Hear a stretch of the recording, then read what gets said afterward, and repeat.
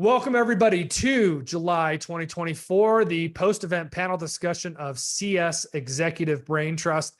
Today was a great one. We talked about what it takes from moving from metrics to behaviors. How do you help your team do that? What are the benefits of when you do that successfully?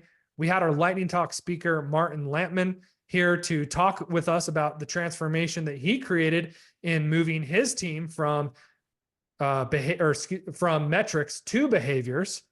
And I'm going to turn the time over him to summarize. We're now in our panel discussion. This is an opportunity for members and participants of this group to talk about, what we chatted about in breakout rooms with this topic discussion. So to set the scene, I'm going to turn it over to Martin. Martin, welcome. Thank you so much for giving a great lightning talk. Can you please just briefly cover what you talked about? Yeah, Paul, thanks a lot. It was great to do the lightning talk.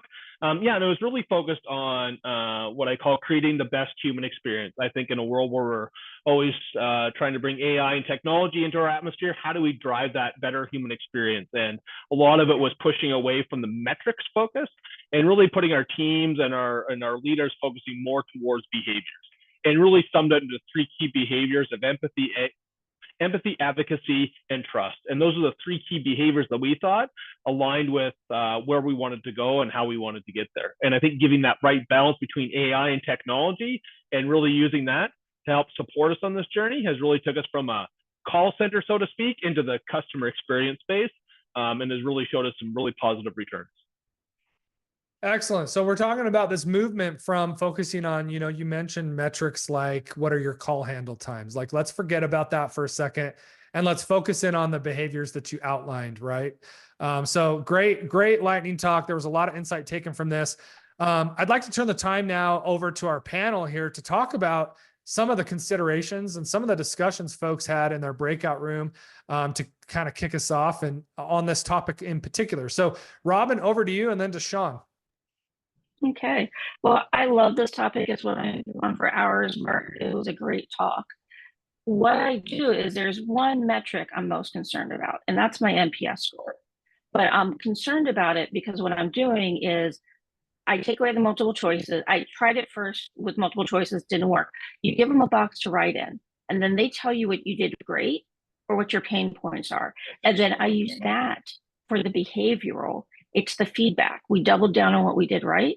We looked at these pain points and we got rid of them. And we went up from a 60 NPS to mid 80s and 90s.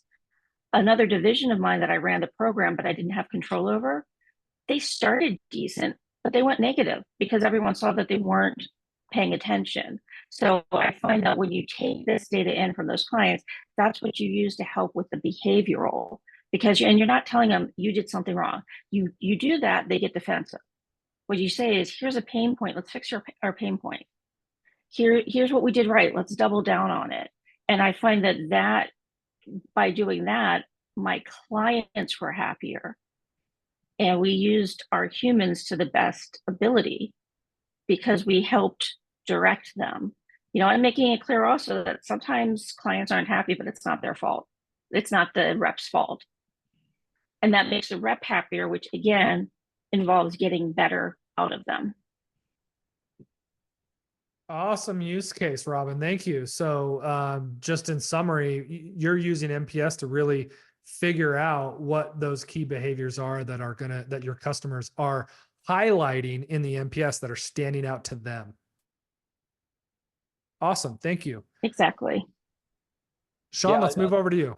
Yeah, I'll jump in here. I think a lot of the discussion we had in our breakout was around how do you get executives on board? Because ultimately, if you want to make a change like this, executives have to buy in. And the reality is metrics are there because it's something easy to measure. That's both the value, but the challenge of the metrics themselves is it's a number. And so too often we get stuck measuring for measurement's sake.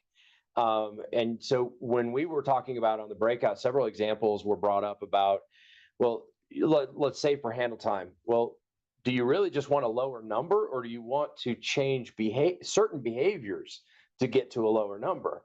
And so often executives lose sight of, there are the reasons and the drivers of the results that's where the focus is, and at least making that awareness of the, you know, the opportunity to understand at a behavioral level what things are driving a metric that you're measuring. It means you're focused on the right root cause, if you will, and can do those things. And I think, Martin, one of the things you even brought up was the ability to understand that, well, if handle times has a major drive, is being driven up because of the after call documentation of notes, then you know in very real sense what an AI automation tool will do if it automates the notes, and you know it will make that impact. And that's almost a statistical way of looking at a behavior, but you could take that across all the other different kind of behaviors that drive the results within the contact center as well.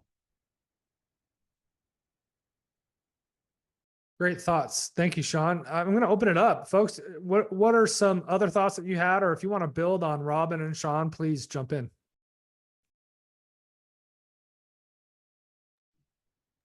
Yeah, I had the pleasure of being in Robin's group, and my department and my company is based off of beauty. So empathy is really big, right? You need to make sure you hit the occasion and that you meet the client's needs. So just the opposite. We looked at empathy and then what were some of the top problems that kind of caused the empathy call or email or text, and then troubleshoot it from that way. So just for example, order status, delayed packages, or some of those things that it happened to be a long handle time and needed a lot of explaining and support. And those are the ways that we were able to just troubleshoot it from a customer support, empathy, love aspect to fix the problem.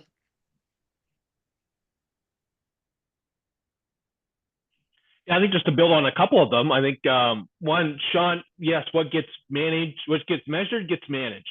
And that's always the scary one to go along, because that's what everybody zooms in on that bullet. So how do you kind of move people into a different area to have a conversation versus always looking at a number and thinking the number means everything, when truly in the end, it probably isn't the right number to focus on in the first place, because it's not driving the outcome that you want. So that's where you want to go, is what's the outcome I'm trying to get to, and that desire.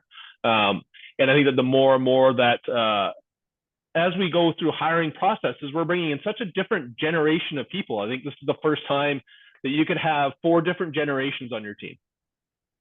So think about that. Like, how do you manage or lead a team that has 4 different viewpoints on how we should work?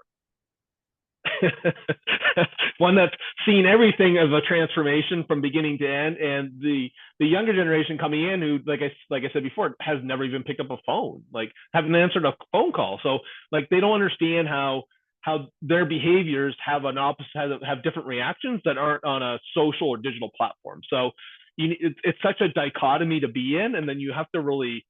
That's why we kind of moved away from the metrics, because they're saying, like, why do I have to do that number? And we'd be like, well, yeah, why do we have to do that number? Like, what does it matter? Like, okay, well, let's have a conversation about how you just. It's funny because you fall into parent mode all the time. It's like, okay, so I'm dad now, and I have to talk to you about how you should talk to people. So it's very interesting, but it's a wild thing to watch people's perspective change, and as they're more behavior focused, the more about how do I just have even the pleasantries on a regular day that drive a better conversation, because we'll get better results if we just are more human to each other as we go through it.